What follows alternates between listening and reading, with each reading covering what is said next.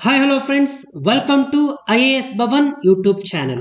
ಇಂದಿನ ಪ್ರಚಲಿತ ಘಟನೆಗಳ ಆಧಾರಿತ ಮೊದಲನೇ ಪ್ರಶ್ನೆ ನೋಡ್ತಾ ಹೋಗೋಣ. ಸರಿಯಾದ ಹೇಳಿಕೆಗಳನ್ನ ಗಮನಿಸಿ ಉತ್ತರಿಸಿ ಅಂತ ಇದೆ. ಮೊದಲನೇ ಹೇಳಿಕೆ ಹೀಗಿದೆ: ಶ್ರೀಮತಿ ಜಯವರ್ಮ ಸಿನ್ಹಾ ಅವರು ರೈಲ್ ಭವನದಲ್ಲಿ ರೈಲ್ವೆ ಮಂಡಳಿ ಹೊಸ ಅಧ್ಯಕ್ಷರು ಮತ್ತು ಮುಖ್ಯ ಕಾರ್ಯನಿರ್ವಾಹಕ ಅಧಿಕಾರಿಯಾಗಿ ಅಧಿಕಾರವನ್ನ ವಹಿಸಿಕೊಂಡ್ರು ಅಂತ ಮೊದಲನೇ ಸ್ಟೇಟ್ಮೆಂಟ್ ಇದೆ. ಎರಡನೇ ಸ್ಟೇಟ್ಮೆಂಟ್: ಭಾರತೀಯ ರೈಲ್ವೆಯ ಈ ಒಂದು ಅಪೆಕ್ಸ್ ಹುದ್ದೆಗೆ ನೇಮಕಗೊಂಡಂತಹ ಮೊದಲ ಮಹಿಳೆ ಶ್ರೀಮತಿ ಜಯವರ್ಮ ಸಿನ್ಹಾ ಆಗಿದ್ದಾರೆ ಅನ್ನೋದು ಎರಡನೇ ಸ್ಟೇಟ್ಮೆಂಟ್. ಸೊ ಯಾವ ಒಂದು ಸ್ಟೇಟ್ಮೆಂಟ್ಸ್ಗಳು ಸರಿಯಾಗಿದೆ ಅನ್ನೋದಕ್ಕಿಂತ ಮುಂಚೆ, ಶ್ರೀಮತಿ ಜಯವರ್ಮ ಸಿನ್ಹಾ ಅವರು ರೈಲ್ವೆ ಭವನದಲ್ಲಿ ರೈಲ್ವೆ ಮಂಡಳಿ, ಏನು ರೈಲ್ವೆ ಸಚಿವಾಲಯ ಅಂತ ಕರಿತೀವಿ, ಅದರ ಹೊಸ ಅಧ್ಯಕ್ಷರು ಮತ್ತು ಮುಖ್ಯ ಕಾರ್ಯನಿರ್ವಾಹಕ ಅಧಿಕಾರಿಯಾಗಿ ಆಯ್ಕೆಯನ್ನ ಆದರೂ, ಹಾಗಾಗಿ ಮೊದಲನೇ ಸ್ಟೇಟ್ಮೆಂಟ್ ಇಲ್ಲಿ ಸರಿಯಾಗಿದೆ. ಸಚಿವ ಸಂಪುಟದ ನೇಮಕಾತಿ ಸಮಿತಿಯು ಶ್ರೀಮತಿ ಜಯವರ್ಮ ಸಿನ್ಹಾ ಅವರ ನೇಮಕಾತಿಯನ್ನ ಅನುಮೋದನೆ ಮಾಡಿತು. ಈ ಒಂದು ರೈಲ್ವೆ ಮಂಡಳಿಯ ಅಧ್ಯಕ್ಷರು ಮತ್ತು ಸಿಇಒ ಹುದ್ದೆಗೆ ಆಯ್ಕೆಯಾದಂತಹ ಭಾರತೀಯ ಮೊದಲ ಮಹಿಳೆ ಶ್ರೀಮತಿ ಜಯವರ್ಮ ಸಿನ್ಹಾ ಆಗಿದ್ದಾರೆ. ಜಯವರ್ಮ ಸಿನ್ಹಾ ಅವರ ಕುರಿತು ತಿಳ್ಕೊಳ್ಳೋದಾದ್ರೆ, ಇವರು 1988ರಲ್ಲಿ ಇಂಡಿಯನ್ ರೈಲ್ವೆ ಟೆಕ್ನಿಕಲ್ ಸರ್ವಿಸ್, ಏನು ಭಾರತೀಯ ರೈಲ್ವೆ ಸಂಚಾರ ಸೇವೆಗೆ ಸೇರ್ಪಡೆಯನ್ನಾದರು.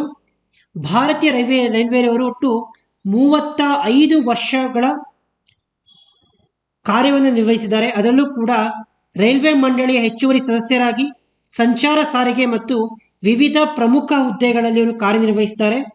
ವಾಣಿಜ್ಯ, IT ಮತ್ತು ಜಾಗರೂಕತೆ ವ್ಯಾಪಿಸಿರುವಂತಹ ವೈವಿಧ್ಯಮಯ ವರ್ಟಿಕಲ್ಗಳಲ್ಲಿ ಕೆಲಸವನ್ನು ಮಾಡಿದ್ದಾರೆ.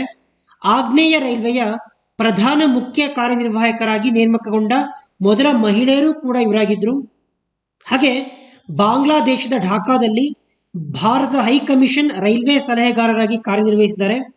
ಕೋಲ್ಕತ್ತಾದಿಂದ ಢಾಕಾಕ್ಕೆ ಏನು ಪ್ರಸಿದ್ಧ ಮೈತ್ರಿ ಎಕ್ಸ್ಪ್ರೆಸ್ ಜಾರಿಯಾಯಿತು, ಇದು ಇವರ ಕಾಲದಲ್ಲಿ ಆಗಿದ್ದು. ಮೈತ್ರಿ ಎಕ್ಸ್ಪ್ರೆಸ್ ನೆನಪಲ್ಲಿರಲಿ. ಇವರು ರೈಲ್ವೆ ಮಂಡಳಿಯ ಕಾರ್ಯಾಚರಣೆ ಮತ್ತು ವ್ಯವಹಾರ ಅಭಿವೃದ್ಧಿಯ ಸದಸ್ಯರಾಗಿ ಕೂಡ ಕಾರ್ಯನಿರ್ವಹಿಸಿದ್ದಾರೆ. ಭಾರತೀಯ ರೈಲ್ವೆಯಲ್ಲಿ ಸರಕು ಮತ್ತು ಪ್ರಯಾಣಿಕ ಸೇವೆಗಳ ಒಟ್ಟಾರೆ ಸಾಗಣೆ ವಿಭಾಗದಲ್ಲಿ ಇವರು ಜವಾಬ್ದಾರರಾಗಿಯೂ ಕೂಡ ಕಾರ್ಯನಿರ್ವಹಿಸಿದ್ದಾರೆ. ಇದಿಷ್ಟು ಕೂಡ ಶ್ರೀಮತಿ ಜಯವರ್ಮ ಸಿನ್ಹಾರವರ ಕುರಿತು. ಹಾಗಿದ್ರೆ ರೈಲ್ವೆ ಮಂಡಳಿಯ ಕುರಿತು ತಿಳ್ಕೊಳ್ಳೋದಾದ್ರೆ, ರೈಲ್ವೆ ಸಚಿವರಿಗೆ ಸಹಾಯವನ್ನ ಮಾಡುವಂತಹ ಉದ್ದೇಶದಿಂದ ಆಡಳಿತ ಮತ್ತು ಕಾರ್ಯನಿರ್ವಾಹಕ ಸಂಸ್ಥೆಯಾಗಿ 1905ರಲ್ಲಿ ರೈಲ್ವೆ ಮಂಡಳಿಯನ್ನ ಸ್ಥಾಪನೆ ಮಾಡಲಾಯಿತು. ಇದು traffic, civil, mechanical, electrical and signal ಜೊತೆಗೆ ಟೆಲಿಕಾಂನಂತಹ ವಿವಿಧ ಸೇವಾ ವಿಭಾಗಗಳಿಂದ ಅಧ್ಯಕ್ಷ ಮತ್ತೆ 7 ಸದಸ್ಯರನ್ನ ಒಳಗೊಂಡಿರುವಂತಹ ಒಂದು ಸಂಸ್ಥೆ ಇದಾಗಿದೆ. ಈ ಒಂದು ಮಂಡಳಿನ ಇತ್ತೀಚೆಗೆ ಪುನರ್ರಚನೆ ಮಾಡಲಾಗಿತ್ತು. ಇದು ಈಗ 5 ಸದಸ್ಯರನ್ನ ಒಳಗೊಂಡಿರುತ್ತೆ. ಆ ಸದಸ್ಯರ ಬಗ್ಗೆ ತಿಳ್ಕೋಬೇಕು, ಎಕ್ಸಾಮ್ಸ್ ಅಲ್ಲಿ ಕೇಳ್ತಾರೆ. ಅಧ್ಯಕ್ಷರು ಸಿಇಒ ಆಗಿ ಕಾರ್ಯನಿರ್ವಹಿಸಿದ್ರೆ 4 ಸದಸ್ಯರು ಇನ್ಫ್ರಾಸ್ಟ್ರಕ್ಚರ್ ಅಥವಾ ಮೂಲಸೌಕರ್ಯ, ಎಕ್ಸಿಕ್ಯೂಷನ್ಸ್ ಅಥವಾ ಕಾರ್ಯಾಚರಣೆ, ಬಿಸ್ನೆಸ್ ಡೆವಲಪ್ಮೆಂಟ್ ವ್ಯಾಪಾರ ಅಭಿವೃದ್ಧಿ, ರೋಲಿಂಗ್ ಸ್ಟಾಕ್ ಮತ್ತು ಹಣಕಾಸು ಜವಾಬ್ದಾರಿಯನ್ನ 4 ಸದಸ್ಯರು ನೋಡ್ಕೊಳ್ತಾರೆ. ಅಧ್ಯಕ್ಷರ ಅಡಿಯಲ್ಲಿ ಡೈರೆಕ್ಟರ್ ಜನರಲ್ ಹ್ಯೂಮನ್ ರಿಸೋರ್ಸ್ ಒಳಗೊಂಡಿರುತ್ತೆ. ಸೇವೆಗಳ ವಿಧಾನ ಮತ್ತು ಏಕೀಕರಣ ಜೊತೆಗೆ ಸಿಬ್ಬಂದಿ ಮತ್ತು ತರಬೇತಿ ಇಲಾಖೆಯೊಂದಿಗೆ ಸಮಾಲೋಚಿಸಿ ರೈಲ್ವೆ ಸಚಿವಾಲಯ ಕಾರ್ಯನಿರ್ವಹಿಸುತ್ತೆ. ರೈಲ್ವೆ ಸಚಿವಾಲಯವು ವಲಯ ಮಟ್ಟದಲ್ಲಿ ಒಟ್ಟು 27 ಜನರಲ್ ಮ್ಯಾನೇಜರ್ಗಳನ್ನ ಕಾರ್ಯದರ್ಶಿ ಮಟ್ಟದ ದರ್ಜೆಗೆ ಆಯ್ಕೆಯನ್ನ ಮಾಡುತ್ತೆ. ಇದಿಷ್ಟು ಕೂಡ ರೈಲ್ವೆ ಮಂಡಳಿಯ ಕುರಿತು. ಸೊ ಇಲ್ಲಿ 2 ಹೇಳಿಕೆಗಳು ಕೂಡ ಸರಿಯಾಗಿದ್ದರಿಂದ option C 1 and 2 both are right. ಮುಂದೆ ಪ್ರಶ್ನೆ ನೋಡೋಣ. ಏಷ್ಯನ್ ಡೆವಲಪ್ಮೆಂಟ್ ಬ್ಯಾಂಕ್ ಸಹಭಾಗಿತ್ವದಲ್ಲಿ ಭಾರತದ ಯಾವ ಒಂದು ನಗರವು ಹವಾಮಾನ ಬದಲಾವಣೆ ಮತ್ತು ಆರೋಗ್ಯ ಕೇಂದ್ರವನ್ನು ತೆರೆಯೋದಕ್ಕೆ ಸಿದ್ಧತೆಯನ್ನು ನಡೆಸಿಕೊಂಡಿದೆ ಅಂತ ಆಪ್ಷನ್ಸ್ ಹೀಗಿದೆ: ಹೈದರಾಬಾದ್, ಬೆಂಗಳೂರು, ಮುಂಬೈ ಮತ್ತೆ ನವದೆಹಲಿ. ಸರಿಯಾದ ಉತ್ತರ ಆಪ್ಷನ್ ಡಿ, ನವದೆಹಲಿ. ಭಾರತವು ಏಷ್ಯನ್ ಡೆವಲಪ್ಮೆಂಟ್ ಬ್ಯಾಂಕ್ ಸಹಭಾಗಿತ್ವದಲ್ಲಿ ನವದೆಹಲಿಯಲ್ಲಿ ಹವಾಮಾನ ಬದಲಾವಣೆ ಮತ್ತು ಆರೋಗ್ಯ ಕೇಂದ್ರವನ್ನು ತೆರೆಯಲು ಸಿದ್ಧವನ್ನ ನಡೆಸಿದೆ. ಹಬ್ ಜ್ಞಾನ ಹಂಚಿಕೆ, ಪಾಲುದಾರಿಕೆಗಳು, ನಾವೀನ್ಯತೆ, ಅಭಿವೃದ್ಧಿಶೀಲ ರಾಷ್ಟ್ರಗಳಿಗೆ ಸಹಾಯ, ಸಾಂಕ್ರಾಮಿಕ ರೋಗ ಮತ್ತು ಆರೋಗ್ಯ ವ್ಯವಸ್ಥೆಗಳಿಗೆ ಅವುಗಳಿಗೆ ಸಂಬಂಧಪಟ್ಟಂತಹ ಪರಿಹಾರವನ್ನು ಕೈಗೊಳ್ಳುವಂತಹ ಜೊತೆಗೆ ಹವಾಮಾನ ಬದಲಾವಣೆ ನಡೆಸಲ್ಪಡುವಂತಹ ನೈಸರ್ಗಿಕ ವಿಕೋಪಗಳಿಗೆ ಪರಿಹಾರವನ್ನು ಒದಗಿಸುವಂತಹ ಒಂದು ಉದ್ದೇಶದಿಂದ ಈ ಒಂದು ಹವಾಮಾನ ಬದಲಾವಣೆ ಮತ್ತು ಆರೋಗ್ಯ ಕೇಂದ್ರವನ್ನು ಏಷ್ಯನ್ ಡೆವಲಪ್ಮೆಂಟ್ ಬ್ಯಾಂಕ್ ಓಪನ್ ಅನ್ನ ಮಾಡಿದೆ. ಹಾಗಾಗಿ ಇಲ್ಲಿ ಸರಿಯಾದ ಉತ್ತರ ಆಪ್ಷನ್ ಡಿ, ನವದೆಹಲಿ ಈಸ್ ದ ರೈಟ್ ಆನ್ಸರ್.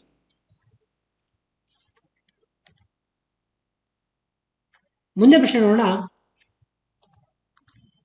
ಭಾರತೀಯ ಪುರಾತತ್ವ ಸರ್ವೇಕ್ಷಣಾ ಇಲಾಖೆ ಕುರಿತು ಈ ಪ್ರಶ್ನೆ ಇದೆ.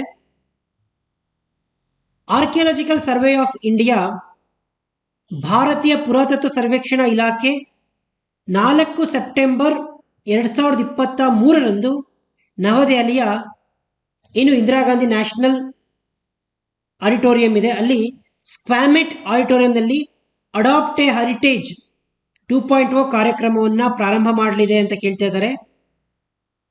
ಎರಡನೇ ಹೇಳಿಕೆ, ಇದರ ಪ್ರಧಾನ ಕಚೇರಿ ನವದೆಹಲಿಯಲ್ಲಿದೆ. ಮೂರನೇ ಹೇಳಿಕೆ, 1861ರಲ್ಲಿ ಅಲೆಕ್ಸಾಂಡರ್ ಕನ್ನಿಂಗ್ಹ್ಯಾಮ್ ಅವರಿಂದ ಈ ಒಂದು ಆರ್ಕಿಯಾಲಜಿಕಲ್ ಸರ್ವೆ ಆಫ್ ಇಂಡಿಯಾವನ್ನ ಸ್ಥಾಪನೆ ಮಾಡಲಾಯಿತು ಅನ್ನೋದು ಮೂರನೇ ಸ್ಟೇಟ್ಮೆಂಟ್. ಸರಿಯಾದ ಹೇಳಿಕೆ ಯಾವುದು ತಿಳ್ಕೊಳ್ಳೋದಕ್ಕೆ ಮುಂಚೆ ನಾವು adopt a heritage 2.0 programme and Indian heritage application ಏನು archaeological survey of India start ಮಾಡಿದೆ ಅದರ ಕುರಿತಾಗಿ ನೋಡ್ತಾ ಹೋಗೋಣ.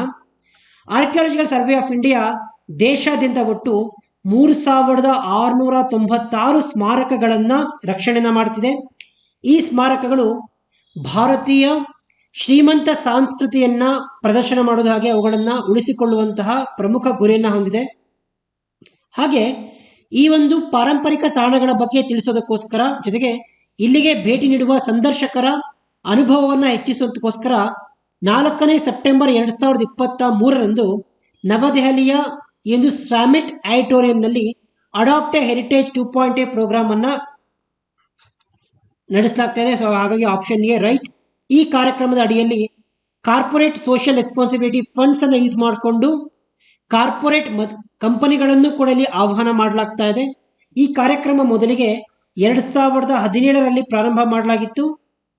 ಅದಾದ ನಂತರ 1958ರ AMASR ಕಾಯ್ದೆಯ ಮೂಲಕ ನೂತನ ಪರಿಷ್ಕೃತ ಆವೃತ್ತಿಯಾಗಿ ಜಾರಿಗೆ ತರಲಾಗಿದೆ. ಈ ಕಾರ್ಯಕ್ರಮವು ಕಾರ್ಪೊರೇಟ್ ಪಾಲುದಾರರೊಂದಿಗೆ ಸಹಯೋಗವನ್ನು ಹೊಂದಿರುವ ಜೊತೆಗೆ ಪ್ರತಿ ಸ್ಮಾರಕದಲ್ಲಿನ ಆರ್ಥಿಕ ಮತ್ತು ಅಭಿವೃದ್ಧಿಯ ಅವಕಾಶಗಳನ್ನು ನಿರ್ಣಯಿಸೋದಕ್ಕೋಸ್ಕರ ಕಂಪನಿಗಳಿಗೆ ಇದು ಹೂಡಿಕೆಯನ್ನು ಮಾಡಲಿಕ್ಕೆ ಅವಕಾಶ ನೀಡುತ್ತೆ.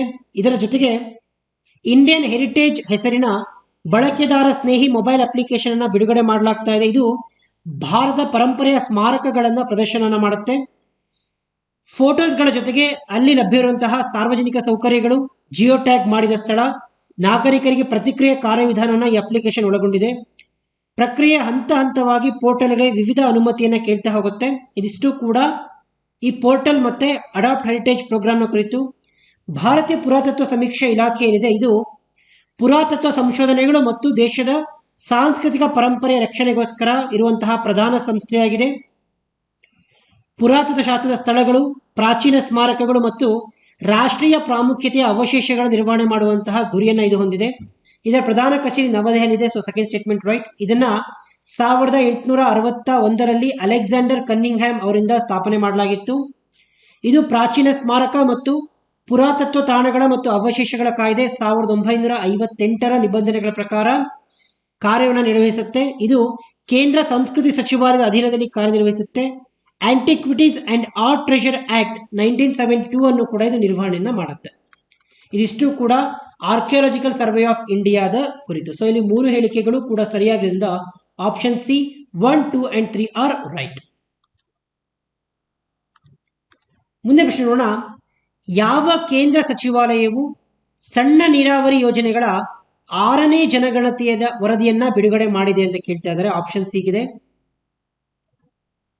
ಗ್ರಾಮೀಣಾಭಿವೃದ್ಧಿ ಸಚಿವಾಲಯ, ಜಲಶಕ್ತಿ ಸಚಿವಾಲಯ, ವಾಣಿಜ್ಯ ಮತ್ತು ಕೈಗಾರಿಕಾ ಸಚಿವಾಲಯ, ಪರಿಸರ ಅರಣ್ಯ ಮತ್ತು ಹವಾಮಾನ ಬದಲಾವಣೆ ಸಚಿವಾಲಯ. ಸರಿಯಾದ ಉತ್ತರ ಆಪ್ಷನ್ ಬಿ, ಜಲಶಕ್ತಿ ಸಚಿವಾಲಯ.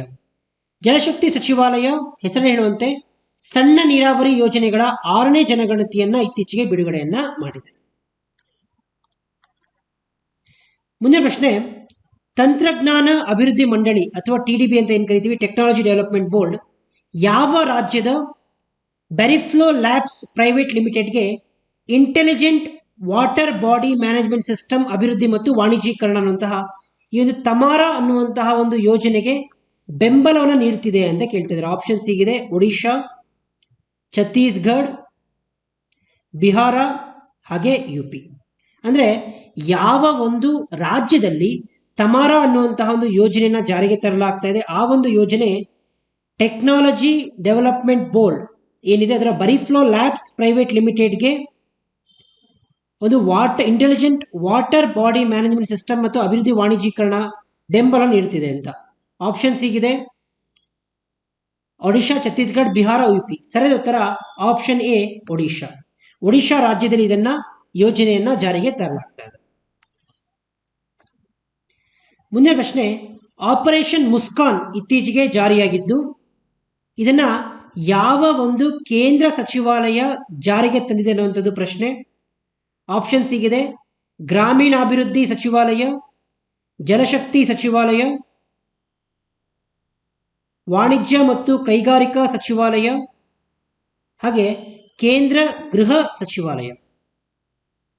ಸರಿಯಾದ ಉತ್ತರ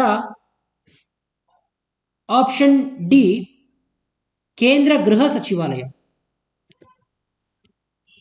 ಕೇಂದ್ರ ಗೃಹ ಸಚಿವಾಲಯ ಏನಿದೆ ಅದು ಮಸ್ಕಾನ್ ಅನ್ನುವಂತಹ ಒಂದು ಯೋಜನೆಗೆ ಜಾರಿಗೆ ತರಲಾಗ್ತಾ ಇದೆ. ಆಪ್ಷನ್ ಡಿ, ಕೇಂದ್ರ ಗೃಹ ಸಚಿವಾಲಯ ಇಸ್ ದ ರೈಟ್ ಆನ್ಸರ್. ಇದು ಆಪರೇಷನ್ ಮುಸ್ಕಾನ್ ಅನ್ನ ಇತ್ತೀಚೆಗೆ ಜಾರಿಗೆ ತಂದಿದೆ.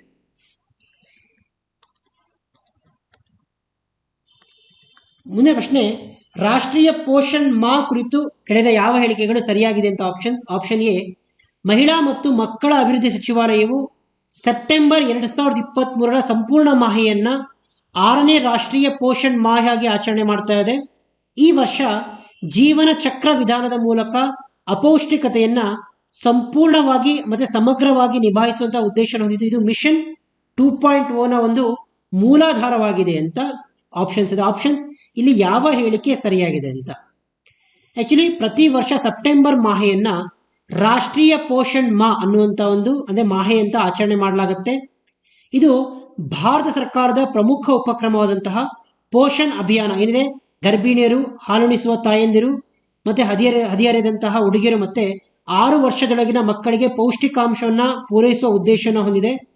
15ನೇ ಹಣಕಾಸು ಆಯೋಗದ ಅವಧಿಯಲ್ಲಿ ಪೋಷಣ್ ಅಭಿಯಾನ, ಅಂಗನವಾಡಿ ಸೇವಾ ಯೋಜನೆ ಮತ್ತು ಹದಿಹರೆಯದ ಬಾಲಕಿಯರ ಯೋಜನೆಗಳನ್ನು ಮಿಷನ್ ಸಕ್ಷನ್ ಅಂಗನವಾಡಿ ಮತ್ತು ಪೋಷಣ್ 2 ಅಡಿಯಲ್ಲಿ ಒಟ್ಟುಗೂಡಿಸಲಾಯಿತು. ಈ ವಿಧಾನದಲ್ಲಿ ಆಧಾರವಾಗಿರುವಂತಹ ಗರ್ಭಧಾರಣೆ, ಶೈಶವಾವಸ್ಥೆ, ಬಾಲ್ಯ ಮತ್ತು ಸುಪೋಷಿತ್ ಭಾರತ್, ಸಾಕ್ಷರ್ ಭಾರತ್ ಮತ್ತು ಸಶಕ್ತ ಭಾರತ್ ಅನ್ನುವಂಥ ಒಂದು ಯೋಜನೆಯನ್ನು ಜಾರಿಗೆ ಇಲ್ಲಿ ತರಲಾಗ್ತಾ ಇದೆ. ಇದನ್ನು ಸೆಪ್ಟೆಂಬರ್ 1ರಿಂದ 30ರವರೆಗೆ ರಾಷ್ಟ್ರೀಯ ಪೋಷಣ್ ಮಾಹೆಯನ್ನು ಆಚರಣೆ ಮಾಡಲಾಗ್ತಾ ಇದೆ. 170 ಮಿಲಿಯನ್ಗಿಂತಲೂ ಹೆಚ್ಚು ಸಂವೇದನಾಶೀಲ ಚಟುವಟಿಕೆಗಳನ್ನು ಇಲ್ಲಿ ವರದಿ ಮಾಡಲಾಗ್ತಾ ಇದೆ. ಪ್ರಧಾನಮಂತ್ರಿ ನರೇಂದ್ರ ಮೋದಿಯವರ ಒಂದು ಪ್ರಮುಖ ಗುರಿ ಕೂಡ ಹೌದು ಪೋಷಣ್ ಮಾಹೆಯ ಕುರಿತು. ಸೊ ಇಲ್ಲಿ ಎರಡೂ ಹೇಳಿಕೆಗಳು ಕೂಡ ಸರಿಯಾಗಿರೋದ್ರಿಂದ option C 1 and 2 are right. ಮುಂದಿನ ಪ್ರಶ್ನೆ, reserve bank of India offline ಮೋಡ್ನಲ್ಲಿ ಸಣ್ಣ ಮೌಲ್ಯದ ಡಿಜಿಟಲ್ ಪಾವತಿಗಳ ವಹಿವಾಟಿನ ಮಿತಿಯನ್ನ ಹಿಂದಿನ 200 ರೂಗಳಿಂದ ಎಷ್ಟು ರೂಗಳಿಗೆ ಹೆಚ್ಚಿಸೋದಕ್ಕೆ ಅನುಮೋದನೆ ಅಥವಾ ಘೋಷಣೆಯನ್ನು ಮಾಡಿದೆ ಅಂತ ಕೇಳ್ತಾ ಇದ್ದಾರೆ. ಆಪ್ಷನ್ಸ್ ಹೀಗಿದೆ: 250 ರೂಗಳು, 400 ರೂಗಳು, 500 ರೂಗಳು ಹಾಗೆ 100 ರೂಗಳು. ಸರಿಯಾದ ಉತ್ತರ ಆಪ್ಷನ್ ಸಿ 500 ರೂಪೀಸ್.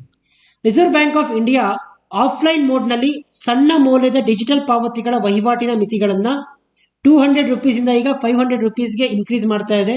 ಯಾವುದೇ ಚಾನೆಲ್ಸ್ ಅಥವಾ ಕಾರ್ಡ್ಸ್, ವ್ಯಾಲೆಟ್ಸ್, ಮೊಬೈಲ್ ಸಾಧನಗಳಂತಹ ಮುಖಾಮುಖಿಯನ್ನು ಫೇಸ್ ಟು ಫೇಸ್ ಮೋಡ್ನಲ್ಲಿ ಮಾತ್ರ ಇವುಗಳನ್ನು ಬಳಸಬಹುದು. ಆಫ್ಲೈನ್ ಪಾವತಿ ವಹಿವಾಟಿನ ಮೇಲಿನ ಮಿತಿಯು 500 ರೂಪಾಯಿ ಆಗಿದ್ರೂ ಕೂಡ ಪಾವತಿ ಸಾಧನದ ಮೇಲಿನ ಒಟ್ಟು ಮಿತಿಯು 2000 ರೂಪಾಯಿ ಆಗಿರುತ್ತೆ. ಒಟ್ಟು ಮಿತಿ ಕೇಳಿದ್ರೆ 2000 ರೂಪೀಸ್. ಬಟ್ ಆಫ್ಲೈನ್ ಮೋಡ್ನಲ್ಲಿ ಮಿನಿಮಮ್ ಮೌಲ್ಯದ ಡಿಜಿಟಲ್ ಪಾವತಿಗಳ ಒಂದು ಮೋಡ್ನಲ್ಲಿ 500 ರೂಗಳಾಗಿರುತ್ತೆ. ಹಾಗಾಗಿ option C 500 rupees is the right answer. ಪ್ರಸ್ತುತ ಸುದ್ದಿಯ ವಾರ್ಮೆಟ್ ಅಂತ ಏನು ಕರಿತೀವಿ, ಇದು ಕೆಳಗಿನ ಯಾವುದಕ್ಕೆ ಒಂದು ಪ್ರಮುಖ ಉದಾಹರಣೆಯಾಗಿದೆ ಅಂತ ಕೇಳ್ತಾ ಇದ್ದಾರೆ. ವಾರ್ಮೆಟ್ ಅಂದ್ರೆ ಏನು ಅಂತ ಆಪ್ಷನ್ಸ್: ಒಂದು ಮೇಲ್ಮೈಯಿಂದ ಗಾಳಿಗೆ ಇಳಿಸುವ ಕ್ಷಿಪಣಿ, ಪರಮಾಣು ಶಕ್ತಿಯಿಂದ ಇಂಧನ ತುಂಬಿದ ಒಂದು ಜಲಂತರ್ಗಾಮಿ, ಯುದ್ಧ ಸಾಮಗ್ರಿ ಅಥವಾ ಲಾಯ್ಟರಿಂಗ್ ಮ್ಯುನಿಷನ್ ಅಂತ ಕರಿತೀವಿ, ಹಾಗೆ ರಹಸ್ಯನಾಶಕ. ಸರಿದ ಉತ್ತರ ಆಪ್ಷನ್ ಸಿ ಯುದ್ಧ ಸಾಮಗ್ರಿ, ಅಥವಾ ಇದಕ್ಕೆ ಇಂಗ್ಲಿಷಲ್ಲಿ ಲಾಯ್ಟರಿಂಗ್ ಮ್ಯುನಿಷನ್ ಅಂತ ಕರಿತೀವಿ. ಇದು ಎಲೆಕ್ಟ್ರಾನಿಕ್ಸ್, ವ್ಯಾಪಾರ ಮತ್ತು ಸಣ್ಣ ಯುದ್ಧ ಸಾಮಗ್ರಿಗಳನ್ನು ಒಯ್ಯುತ್ತೆ. ಹೆಚ್ಚು ಕೇಂದ್ರೀಕೃತ ಸ್ಟ್ರೈಕ್ ಸಾಮರ್ಥ್ಯವನ್ನು ಹೊಂದಿರುವಂತಹ ಮಿನಿ ಅನ್ಆರ್ಮ್ಡ್ ಏರಿಯಲ್ ವೆಹಿಕಲ್ ಆಗಿದೆ. ಇದು ಮಲ್ಟಿಪಲ್ ಮೋಡ್ ವ್ಯವಸ್ಥೆಯನ್ನು ಹೊಂದಿದ್ದು ಗರಿಷ್ಠ ಟೇಕ್ ಆಫ್ ತೂಕ 4 kg ಆಗಿರುತ್ತೆ. 150 km/h ವೇಗವನ್ನು ಹೊಂದಿದ್ರೆ 10 ಕಿಲೋಮೀಟರ್ ವ್ಯಾಪ್ತಿಯನ್ನು ಹೊಂದಿದೆ. 30 ನಿಮಿಷಗಳವರೆಗೆ ಗಾಳಿಯಲ್ಲಿ ಇದು ಹಾರಾಟ ನಡೆಸುತ್ತೆ. ಜೊತೆಗೆ 500 ಮೀಟರ್ ಎತ್ತರವನ್ನು, ಹಾಗೆ 3000 ಸಮುದ್ರ ಮಟ್ಟದಿಂದ 3000 ಮೀಟರ್ ಎತ್ತರದ ಮೇಲೆ ಇದು ಹಾರಾಟ ನಡೆಸುತ್ತೆ. ನೆಲದ ಮಟ್ಟದಿಂದ 30 ಮೀಟರ್ ಟು 200 ಮೀಟರ್ ಇದರ ಒಂದು ಹಾರಾಟದ ಸಾಮರ್ಥ್ಯ ಆಗಿರುತ್ತೆ. ಸೊ ಇದೊಂದು ಯುದ್ಧ ಸಾಮಗ್ರಿ ಅಥವಾ ಲಾಯ್ಟರಿಂಗ್ ಮ್ಯುನಿಷನ್. ಹಾಗೆ option C is the right answer. ಮುಂದೆ ಪ್ರಶ್ನೆ: ವಿಶ್ವ ಹೂಡಿಕೆ ವರದಿ 2023 ಕೆಳಗಿನ ಯಾವ ಸಂಸ್ಥೆಯು ಪ್ರಕಟಿಸುತ್ತೆ ಅಂತ ಕೇಳ್ತಾ ಇದ್ದಾರೆ. ಆಪ್ಷನ್ ಸಿಗಿದೆ: ಅಂಕ್ಟಾಡ್, ವ್ಯಾಪಾರ ಮತ್ತು ಅಭಿವೃದ್ಧಿ ಕುರಿತ ವಿಶ್ವಸಂಸ್ಥೆಯ ಸಮ್ಮೇಳನ, United Nations Environment Programme, International Monetary Fund, World Bank. ಸರಿಯಾದ ಉತ್ತರ ಆಪ್ಷನ್ ಎ ಅಂಕ್ಟಾಡ್. ಈ ಒಂದು ವ್ಯಾಪಾರ ಮತ್ತು ಅಭಿವೃದ್ಧಿ ಕುರಿತ ವಿಶ್ವಸಂಸ್ಥೆಯ ಸಮ್ಮೇಳನ ವಿಶ್ವ ಹೂಡಿಕೆ ವರದಿ 2023 ಪ್ರಕಟಿಸುತ್ತೆ. ಅಭಿವೃದ್ಧಿ ಹೊಂದಿದ ಆರ್ಥಿಕತೆಗಳಿಗಿಂತ ಉದಯೋನ್ಮುಖ ರಾಷ್ಟ್ರಗಳಲ್ಲಿನ FDI ಒಳಹರಿವು ಇದು ಈಗ ಹೆಚ್ಚಾಗಿದೆ. ಅದಕ್ಕೆ ಈ ಒಂದು ವರದಿಯನ್ನು ರಿಲೀಸ್ ಮಾಡಿದೆ.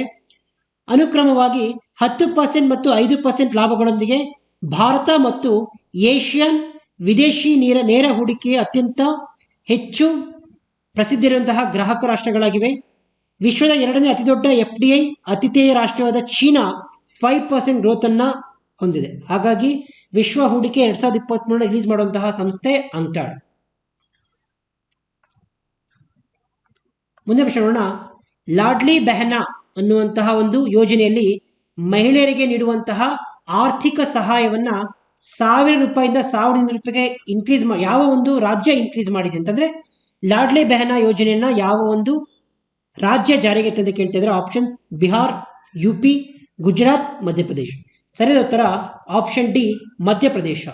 ಮಧ್ಯಪ್ರದೇಶ ರಾಜ್ಯವು ಲಾಡ್ಲಿ ಬೆಹನಾ ಯೋಜನೆಯಲ್ಲಿ ಮಹಿಳೆಯರಿಗೆ ನೀಡುವ ಆರ್ಥಿಕ ಸಹಾಯವನ್ನ ತಿಂಗಳಿಗೆ 1000 ರೂಗಳಿಂದ 1200 ರೂಗಳಿಗೆ ಹೆಚ್ಚಿಸಿದೆ.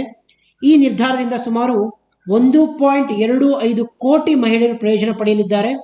23ರಿಂದ 60 ವಯೋಮಾನದ ಮಹಿಳೆಯರು ಆದಾಯ ತೆರಿಗೆ ಆಗಿಲ್ಲದಿದ್ದರೆ ಮಾತ್ರ, ಹಾಗೆ ಅವರ ಕುಟುಂಬದ ವಾರ್ಷಿಕ ಆದಾಯ 2.5 ಲಕ್ಷಕ್ಕಿಂತ ಕಡಿಮೆ ಇದ್ದರೆ ಮಾತ್ರ ಲಾಡ್ಲಿ ಬೆಹನಾ ಯೋಜನೆ ಅಡಿಯಲ್ಲಿ ಅವರು ಈ ಒಂದು ಪ್ರಯೋಜನ ಪಡ್ಕೋಬಹುದು. ಸರ್ಕಾರಿ ಉದ್ಯೋಗಗಳಿಗೆ ಮಹಿಳೆಯರಿಗೆ 35ರಷ್ಟು ಮೀಸಲಾತಿಯನ್ನು ಕೂಡ ಲಾಡ್ಲಿ ಬೆಹನಾ ಯೋಜನೆಯೊಂದಿಗೆ ಮಧ್ಯಪ್ರದೇಶದ ಮುಖ್ಯಮಂತ್ರಿಗಳು ಘೋಷಣೆಯನ್ನ ಮಾಡಿದರು. So Ladli Behna is a scheme of womens. 1000 ರೂಪಾಯಿಂದ 1200 ರೂಪಾಯಿಗೆ ಹೆಚ್ಚಿಗೆಯನ್ನು ಮಾಡಿದ್ದು ಮಧ್ಯಪ್ರದೇಶ ರಾಜ್ಯ ಜಾರಿಗೆ ತಂದಂತಹ ಪ್ರಮುಖ ಯೋಜನೆ. ಮುಂದೆ ಪ್ರಶ್ನೆ ನೋಡೋಣ. ಜೀವ ವೈವಿಧ್ಯತೆ ಮತ್ತು ಪರಿಸರ ವ್ಯವಸ್ಥೆ ಸೇವೆಗಳ ಇಂಟರ್ ಗವರ್ಮೆಂಟಲ್ ಸೈನ್ಸ್ ನೀತಿ ಏನಿದೆ ವೇದಿಕೆ, ಅದು ಸ್ಥಾಪನೆಯಾದಂತಹ ವರ್ಷ ಯಾವುದು ಅಂತ ಕೇಳ್ತಾ ಇದ್ದಾರೆ. ಆಪ್ಷನ್ಸ್: 1992, 2002, 2012, 2022. ಸರಿಯಾದ ಉತ್ತರ ಆಪ್ಷನ್ ಸಿ 2012. 2012ರಲ್ಲಿ ಇದೊಂದು ಸ್ವಾಯತ್ತ ಅಂತಾರಾಷ್ಟ್ರೀಯ ಘಟಕವಾಗಿ ಸ್ಥಾಪನೆ ಮಾಡಲಾಯಿತು. ಇದು ಭೂಮಿಯ ಜೀವ ವೈವಿಧ್ಯತೆ, ಪರಿಸರ ವ್ಯವಸ್ಥೆ ಮತ್ತೆ ಜನರಿಗೆ ಅದರ ಬಗ್ಗೆ ಜ್ಞಾನದ ಅರಿವನ್ನ ಮೂಡಿಸುವಂತಹ ಉದ್ದೇಶದೊಂದಿಗೆ ಇದನ್ನು ಜಾರಿಗೆ ತರಲಾಗಿದೆ. Inter governmental panel on climate change ಮತ್ತು ಮಿಲೇನಿಯಂ ಇಕೋಸಿಸ್ಟಮ್ ಅಸೆಸ್ಮೆಂಟ್ ಈ ಸ್ವತಂತ್ರ ಏಜೆನ್ಸಿಯನ್ನು ಸ್ಥಾಪನೆ ಮಾಡೋದಕ್ಕೆ ಸ್ಫೂರ್ತಿ ನೀಡಿತು. ಇದು ಯುನೈಟೆಡ್ ನೇಷನ್ಸ್ ಎನ್ವೈರನ್ಮೆಂಟ್ ಪ್ರೋಗ್ರಾಂನ ಪ್ಲೀನರಿಯ ಕೋರಿಕೆಯ ಮೇರೆಗೆ 2012ರಲ್ಲಿ ಪ್ರಾರಂಭವನ್ನ ಮಾಡಲಾಯಿತು. ಹಾಗಾಗಿ ಇಲ್ಲಿ option C 2012 is the right answer. ಮುಂದೆ ಪ್ರಶ್ನೆ ನೋಡೋಣ. ರಾಜ್ಯ ವಿಧಾನಸಭೆಯ ಸದಸ್ಯರಲ್ಲದ ವ್ಯಕ್ತಿಯನ್ನ ಎಷ್ಟು ತಿಂಗಳ ಕಾಲ ಮುಖ್ಯಮಂತ್ರಿಯಾಗಿ ನೇಮಿಸಬಹುದು ಅಂತ ಇದೆ. Options 3 months, 6 months, 9 months, 10 months. ಸರಿದ ಉತ್ತರ ನಿಮಗೆಲ್ಲ ಗೊತ್ತು ಅನ್ಕೊಂಡಿನಿ. Option B 6 months. ಯಾವುದೇ ಒಂದು ಹೊಸ ಸರ್ಕಾರ ಅಧಿಕಾರಕ್ಕೆ ಬಂದಾಗ ಯಾವುದೇ ಒಬ್ಬ ವ್ಯಕ್ತಿಯನ್ನ, ಇನ್ನು 25 ವರ್ಷ ದಾಟಿದಂತಹ ಯಾವುದೇ ಒಬ್ಬ ವ್ಯಕ್ತಿಯನ್ನ ಅವರು ವಿಧಾನಸಭೆಯ ಸದಸ್ಯರಲ್ಲದೆ ಇದ್ರೂ ಕೂಡ ಆ ವ್ಯಕ್ತಿಯನ್ನ ಮುಖ್ಯಮಂತ್ರಿಯಾಗಿ ಆಯ್ಕೆಯನ್ನ ಮಾಡಬಹುದು. ಬಟ್ ಅವರು ಮುಖ್ಯಮಂತ್ರಿಗೆ ಆಯ್ಕೆಯಾದ 6 ತಿಂಗಳುಗಳ ಕಾಲ ಮಾತ್ರ ನೇಮಕ ಮಾಡಬಹುದು. 6 ತಿಂಗಳ ಒಳಗೆ ಅವರೇನಾದರೂ ವಿಧಾನಸಭೆಯ ಯಾವುದೇ ಒಂದು ಕ್ಷೇತ್ರದಿಂದ MLA ಆಗಿ ಆರಿಸಿ ಬಂದರೆ ಮಾತ್ರ ಅವರನ್ನ ಮತ್ತೆ ಮುಖ್ಯಮಂತ್ರಿಯಾಗಿ ಕಂಟಿನ್ಯೂ ಮಾಡಬಹುದು. ಇಲ್ಲ ಅಂದ್ರೆ 6 ತಿಂಗಳ ನಂತರ ಅವರು ಮುಖ್ಯಮಂತ್ರಿ ಸ್ಥಾನವನ್ನ ಕಳೆದುಕೊಳ್ತಾರೆ. ಹಾಗಾಗಿ ಇಲ್ಲಿ option B 6 months is the right answer. ಮುಂದಿನ ವಿಷಯ ನೋಡೋಣ. ಪುರಾತತ್ವ ಶಾಸ್ತ್ರಜ್ಞರು 3000 ವರ್ಷಗಳಷ್ಟು ಹಳೆಯ ಪುರೋಹಿತರ ಒಂದು ಸಮಾಧಿಯನ್ನ ಯಾವ ದೇಶದಲ್ಲಿ ಪತ್ತೆ ಮಾಡಿದರೆ ಅಂತ ಕೇಳ್ತಾ ಇದ್ದಾರೆ. ಆಪ್ಷನ್ಸ್ ಪೆರು, ಅರ್ಜೆಂಟೈನಾ, ಗ್ರೀಸ್ ಮತ್ತೆ ಜಪಾನ್. ಸರಿದ ಉತ್ತರ ಆಪ್ಷನ್ ಎ ಪೆರು. ಇದು ಪೆರು ದೇಶದಲ್ಲಿ, ಅದರಲ್ಲೂ ಕೂಡ ಪಕೋಪಂಪ ಪಾದ್ರಿ ಅಂತ ಇದನ್ನು ಕರೀತಾರೆ. ಈ ಒಂದು ಪ್ರದೇಶದಲ್ಲಿ 3000 ವರ್ಷಗಳಷ್ಟು ಹಳೆಯ ಪುರೋಹಿತರ ಸಮಾಧಿನ ಇತ್ತೀಚೆಗೆ ಪತ್ತೆಯನ್ನ ಮಾಡಲಾಗಿದೆ. ಹಾಗಾಗಿ option A Peru is the right answer. ಮುಂದಿನ ಪ್ರಶ್ನೆ, ರೆಡ್ ಸ್ಯಾಂಡ್ ಬೋವಾ ಕುರಿತು ಕೆಳಗಿನ ಯಾವ ಒಂದು ಹೇಳಿಕೆಯಲ್ಲಿ ತಪ್ಪಾಗಿದೆ ಅಂತ ಕೇಳ್ತಾರೆ. ರೆಡ್ ಸ್ಯಾಂಡ್ ಬೋವಾದ ಕುರಿತು ಆಪ್ಷನ್ಸ್, ಮೊದಲನೇ ಆಪ್ಷನ್ಸ್ ಹೀಗಿದೆ. ರೆಡ್ ಸ್ಯಾಂಡ್ ಬೋವಾ ಅಥವಾ ಎರಿಕ್ಸ್ ಜಾನಿ ಅಂತ ಕರಿತೀವಿ. ಇದು ಎರಿಸಿನೆ ಉಪಕುಟುಂಬದಲ್ಲಿ ಬೋಯಿಡೆಯ ಒಂದು ಜಾತಿಯಾಗಿದೆ. 100% ರೈಟ್ ಸ್ಟೇಟ್ಮೆಂಟ್. ಭಾರತೀಯ ಸ್ಯಾಂಡ್ ಬೋವಾ ಇದರ ಸಾಮಾನ್ಯವಾಗಿ ತಿಳಿದಿರುವಂತೆ ಭಾರತೀಯ ಉಪಖಂಡದ ಮರುಭೂಮಿ ಭಾಗಗಳಲ್ಲಿ ಕಂಡುಬರುವ ವಿಷಕಾರಿ ಎಲ್ಲದ ಜಾತಿ. Yes, right statement. ಇದು ಓವಿವೋಪ್ಯಾರಸ್ ಆಗಿದ್ದು ರಾತ್ರಿ ಜೀವಿಸುವಂಥ ಜೀವಿಯಾಗಿದ್ದು ತನ್ನ ಹೆಚ್ಚಿನ ಸಮಯವನ್ನ ನೆಲದಡಿಯಲ್ಲಿ ಅಂದರೆ ಮಣ್ಣಿನ ಕೆಳಗೆ ಕಳೆಯುತ್ತೆ. 100% ರೈಟ್ ಸ್ಟೇಟ್ಮೆಂಟ್. ಈ ಜಾತಿಯು ಇರಾನ್, ಚೀನಾ, ರಷ್ಯಾ, ಪಾಕಿಸ್ತಾನ್ ಮತ್ತು ಭಾರತದಲ್ಲಿ ಮಾತ್ರ ಕಂಡುಬರುತ್ತೆ ಅಂತ ಕೇಳ್ತಾರೆ. ಈ ಸ್ಟೇಟ್ಮೆಂಟ್ ತಪ್ಪಾಗಿದೆ. ಯಾಕೆ ಅಂತಂದರೆ ಈ ಒಂದು ರೆಡ್ ಸ್ಯಾಂಡ್ ಬೋವಾ ಕಂಡುಬರೋದು ಇರಾನ್, ಪಾಕಿಸ್ತಾನ ಮತ್ತು ಭಾರತದಲ್ಲಿ ಮಾತ್ರ. ಚೀನಾ ಮತ್ತು ರಷ್ಯಾದಲ್ಲಿ ರೆಡ್ ಸ್ಯಾಂಡ್ ಬೋವಾ ಸ್ಪೀಶೀಸ್ ಯಾವುದೇ ಕಾರಣಕ್ಕೂ ಕೂಡ ಕಂಡುಬರೋದಿಲ್ಲ. ಕಂಡುಬರೋದು ಇರಾನ್, ಪಾಕಿಸ್ತಾನ್ ಮತ್ತು ಭಾರತದಲ್ಲಿ ಮಾತ್ರ. ಹಾಗಾಗಿ ಇಲ್ಲಿ ಆಪ್ಷನ್ ಡಿ ತಪ್ಪಾಗಿದೆ. So statement D is wrong related to red sand boa. A, B ಮತ್ತು ಸಿ ಮೂರೂ ಕೂಡ ಇಲ್ಲಿ ಸರಿಯಾಗಿದೆ. ಹಾಗಾಗಿ ಇಲ್ಲಿ option D is wrong. So ಇಲ್ಲಿಗೆ ಇಂದಿನ ಪ್ರಚಲಿತ ಘಟನೆಗಳ ವಿಶ್ಲೇಷಣೆ ಮುಗಿಸ್ತಾ ಇದ್ದೀವಿ. ಮುಂದಿನ ವಿಡಿಯೋದಲ್ಲಿ ಮತ್ತಷ್ಟು ಇಂಪಾರ್ಟೆಂಟ್ ಪ್ರಚಲಿತ ಘಟನೆಗಳನ್ನು ಚರ್ಚೆ ಮಾಡ್ತಾ ಹೋಗೋಣ. ಅದಕ್ಕಿಂತ ಮುಂಚಿತವಾಗಿ ನಮ್ಮ IAS ಭವನ್ ಯೂಟ್ಯೂಬ್ ಚಾನಲ್ನ ಇಲ್ಲಿಯವರೆಗೆ ಯಾರು ಸಬ್ಸ್ಕ್ರೈಬ್ ಆಗಿಲ್ಲ ದಯವಿಟ್ಟು ಸಬ್ಸ್ಕ್ರೈಬ್ ಮಾಡ್ಕೊಳ್ಳಿ. ನೋಟಿಫಿಕೇಶನ್ಗಾಗಿ ಬೆಲ್ ಐಕನ್ ಅನ್ನು ಕ್ಲಿಕ್ ಮಾಡೋದನ್ನ ಮರಿಬೇಡಿ. ಇದರಿಂದ ನಮ್ಮ ಚಾನಲ್ನ ಯಾವುದೇ ನೂತನ ವಿಡಿಯೋಗಳು ಅಪ್ಲೋಡ್ ಆದರೂ ಕೂಡ ನಿಮಗೆ ಮುಂಚಿತವಾಗಿ ನೋಟಿಫಿಕೇಶನ್ ಬರುತ್ತೆ ಅಂತ ಹೇಳ್ತಾ ಇಂದಿನ ಸೆಷನ್ ಅನ್ನು ಮುಗಿಸ್ತಾ ಇದ್ದೀವಿ. ಮುಂದಿನ ಸೆಷನ್ ಅಲ್ಲಿ ಸಿಗೋಣ. ಧನ್ಯವಾದಗಳು. ಜೈ ಹಿಂದ್.